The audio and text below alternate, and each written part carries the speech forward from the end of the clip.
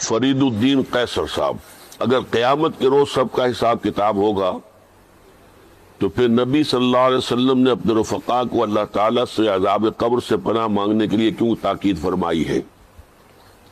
کیا یہ عذاب حساب کتاب سے پہلے ہی شروع ہو جائے گا؟ اس سلسلے میں حضور صلی اللہ علیہ وسلم کی یہ حدیث بہت مشہور ہے کہ ایک مرتبہ آپ دو قبروں کے پاس سے گزرے تو فرمایا دونوں مردوں کو عذاب ہو رہا ہے، ایک تو وہ شخص جو پیشاب کے چھینٹے سے خود کو نہیں بچاتا تھا اور دوسرا وہ جو چغل خور تھا۔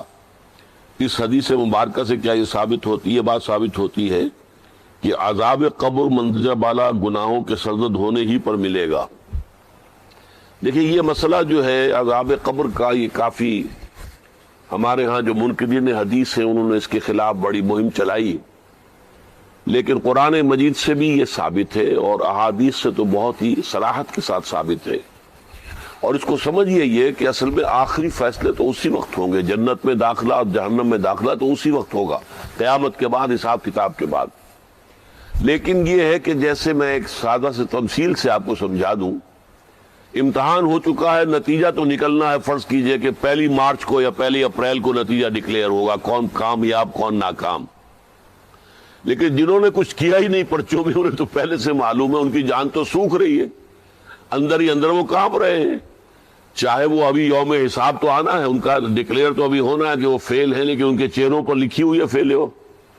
یہی معاملہ ہے کہ جو کچھ انسان نے کمایا ہے عالم برزخ میں بھی اس کی کچھ کیفیات اس کے اوپر طاری رہیں گی۔ تفاصیل میں ہم نہیں جا سکتے کہ کیسے ہوگا، یہ ہم نہیں جان سکتے۔ عالم برزخ، عالم آخرہ، اس کے بارے میں جو مجمل باتیں آ جائیں قرآن میں حدیث میں، بس اس پر ہمیں اکتفا کرنی چاہیے۔ تفصیل میں جائیں گے تو اس سے خام خواہ کے بکھیڑے اور خام خواہ کے اختلافات اور فرقہ بندیاں شروع ہوتی ہیں، لیکن کوئی نہ کوئی عکس ہے۔ سورہ فرقان میں فرمایا یضاعف لہ العذاب یوم القیامہ، قیامت کے دن اس کے لیے عذاب دگنا کر دیا جائے گا۔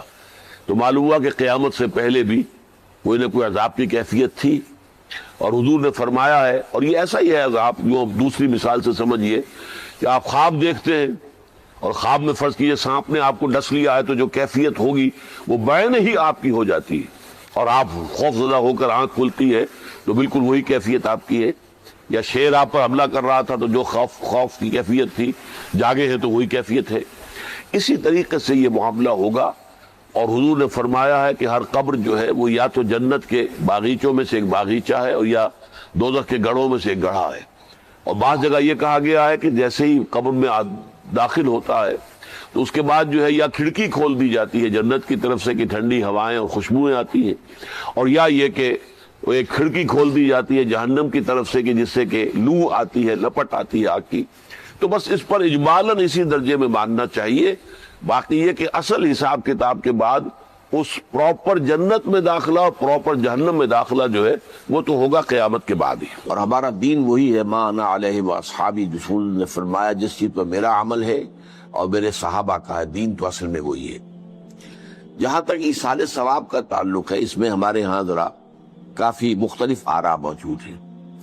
مجھے اس رائے سے اتفاق ہے کہ مالی اگر کوئی عبادت ہے اس کا ثواب آپ اپنے کسی فوت شدہ بزرگ کو منتقل کر سکتے ہیں۔ مطلب آپ نے کسی بیوہ کی کوئی مدد کی ہے، کسی یتیم کی کوئی مدد کی ہے، کسی دینی کام میں پیسہ لگایا ہے، کوئی صدقہ جاریہ شروع کیا ہے خدمت خلق کے لیے، وغیرہ وغیرہ، تو اس کی تو جو ہے اس کے ثواب کو منتقل کیا جا سکتا ہے کہ اللہ اس کا ثواب میرے والد یا میری والدہ کے وہ کو پہنچا دے۔ جسمانی نہیں، آپ نماز پڑھ کے کہیں اس کا ثواب، یا روزہ رکھ کر کہیں کہ اس کا ثواب، یا یہ کہ آپ قرآن پڑھ کر کہیں یہ آپ ہی کو ثواب ہوگا، آپ خود پڑھیں گے آپ کو ثواب ہوگا۔ البتہ ایسے تمام افعال کے بعد جب آپ اللہ سے دعا کریں گے، یہ نہیں کہیں گے کہ میرے اس فعل کا ثواب منتقل کر دے، اے اللہ میرے والدین کی مغفرت فرما، تو یہ کوئی نیک کام کرنے کے بعد جو ہے اس دعا کی تاثیر جو ہے وہ بڑھ جاتی ہے۔ بس اس پہلو میں انڈائریکٹلی اس کا ایک تعلق بن جائے گا، ورنہ یہ کہ وہ اس طریقے سے بچوں کو بلانا اور پڑھانا اور یہ جو ہے سوئم میں کرنا اور قرآن خوانی کی محفلیں، یہ سب بدعات ہیں اور یہ در حقیقت دین میں اضافے ہیں اور ان کی کوئی حقیقت نہیں ہے۔ دیکھیے، انسانی زندگی کے یہ 3 دور ہیں: حیات دنیاوی جو ہماری پیدائش سے شروع ہو کر اور ہماری موت پر ختم ہو جائے. پھر حیات برزخی، موت سے لے کر قیامت کے دن تک، اور پھر حیات اخروی ہے، قیامت میں ریزوریکشن کے بعد سے وہ زندگی جو ہے جو جنت یا دوزخ کی ہے.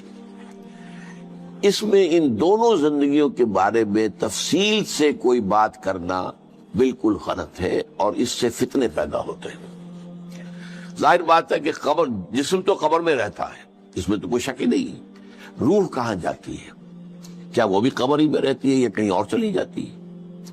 قرآن مجید میں سجین اور اعلیٰ علیین کا ذکر موجود ہے، لیکن یہ تمام چیزیں متشابہات میں سے ہیں. یہ تمام چیزیں قرآن مجید میں سورہ آل عمران کے شروع میں بیان کیا گیا ہے کہ ہم نے یہ کتاب اتاری ہے، اس میں کچھ آیات محکمات ہیں، کچھ متشابہات ہیں. وہ متشابہات کا ایگزیکٹ مفہوم جاننا اس وقت ہمارے لیے ممکن نہیں ہے. یہ تو جب اس عالم میں ہم پہنچیں گے تو معلوم ہوگا کہ ہاں یہ بات تھی کہ جو قرآن مجید میں اس طور سے کہی گئی تھی. لیکن یہ کہ اس وقت جو ہے جتنا کچھ ہمیں حدیث صحیح میں مل جائے یا قرآن میں مل جائے، اس عالم برزخ میں بھی یہ تو ہوتا ہے کہ جو نیک لوگ ہیں انہیں کچھ نہ کچھ جو ہے اثرات اچھے ان پر پڑتے رہتے ہیں، ان کی ارواح پر کہہ لیجئے، اور کچھ جو برے ہیں ان کے اوپر جو آخری انجام ہونا ہے اس کی کچھ ریفلیکشن ہوتی رہتی ہے، جس کو حدیث میں کہا گیا ہے کہ ہر قبر جو ہے وہ یا تو جنت کے باغیچوں میں سے ایک باغیچہ ہے یا دوزخ کے گڑھوں میں سے ایک گڑھا ہے. یا کہیں کہہ دیا جاتا ہے کہ کھڑکی کھول دی جاتی ہے اس میں، یا جنت کی طرف سے ٹھنڈی ہوائیں آئیں، خوشبوئیں آئیں، اور یا دوزخ کی طرف سے کہ آگ کی لپٹ آئے. دوزخ میں داخل ہوں گے قیامت کے بعد ہی، اور جنت میں داخل ہوں گے قیامت کے بعد ہی، لیکن اس کے کچھ آثار پڑنے شروع ہو جاتے ہیں. وہ جس کو انگریزی میں آپ کہتے ہیں coming events cast their shadows before, بعد میں آنے والے واقعات جو ہیں ان کے کچھ سائے جو ہیں پہلے سے آنے شروع ہو جاتے ہیں. تو اسی طرح سمجھیے کہ جو کچھ آخرت میں کسی انسان کے ساتھ ہونا ہے اس کا ایک عکس جو ہے وہ عالم برزخ میں شروع ہو جاتا ہے. اسی لیے قرآن مجید میں یہ بھی آیا ہے کہ یہ جو آل فرعون تھے یہ صبح و شام جہنم پر پیش کیے جاتے ہیں. اور ایک اور آیت جو میں نے آپ کو سنائی سورہ زمر کی آیت نمبر 53، بعض لوگوں پر کچھ مایوسی طاری ہو جاتی ہے، ہم اتنے عرصے سے گناہ کرتے چلے آ رہے ہیں، کیسے معافی، کیسے ممکن ہے، کیسے چھٹکارا ملے گا؟ ایسے لوگوں کے لیے ان کے اطمینان کے لیے، ان کی دلجوئی کے لیے، ان کی تسلی کے لیے یہ آیت عظیم ترین آیات میں سے قرآن مجید. قل یا عبادی الذین اسرفوا علی انفسہم، اے نبی کہہ دیجئے اے میرے وہ بندو جنہوں نے اپنی جانوں پر ظلم کیا ہے، ظلم اٹھایا ہے، زیادتی کی. تم گناہ کرتے رہے ہو تو اپنی جان پر ظلم کیا ہے، میرا تو کچھ نہیں بگاڑا. اللہ تو غنی ہے، اس کی تو سلطنت میں کوئی کمی نہیں آتی. ایک حدیث قدسی میں الفاظ آئے ہیں میرے بندو اگر تم سب کے سب اولکم و آخرکم و انسکم و جنکم، تمام انس و جن اور اولین سے لے کر آخرین تک کسی بدترین انسان جیسے فاسق و فاجر ہو جائیں، سب ابلیس بن جائیں، تب بھی میری سلطنت میں کوئی کمی نہیں. اور اگر تم سب کے سب اولین و آخرین اور انس اور جن سب مل کر جو متقی ترین انسان ہو سکتا ہے ویسے بن جاؤ، ابو بکر صدیق بن جاؤ، تب بھی میری سلطنت میں کوئی اضافہ نہیں.